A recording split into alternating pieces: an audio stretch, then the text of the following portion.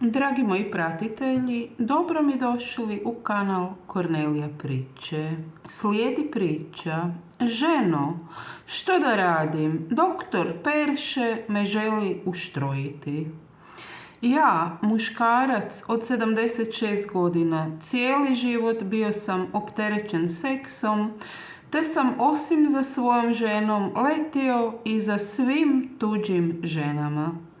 Često sam se ja liječio zbog upala prostate i kao rezultat stalnih infekcija različitim bakterijama, a koje sam ja pokupio od raznih žena, i jedan dan zaradio sam ja rak prostate.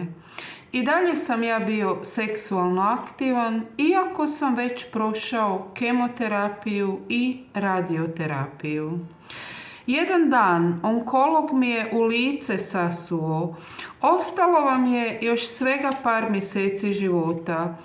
Ako se budete dali uštrojiti, produžit ćete si život. Brzo sam ja naručio taksi i pojavio se kod žene, pa sam ju pitao: ženo, što da radim? Doktor Perše me želi uštrojiti da mi produži život. Da li se ti s tim slažeš? Žena mi je odgovorila da si se iz ovih stopa vratio doktoru i reci mu da pristaješ. Ja sam već stara žena i svaki dan života s tobom mi je važniji od valjanja po krevetu. Do sljedećeg susreta. Bog!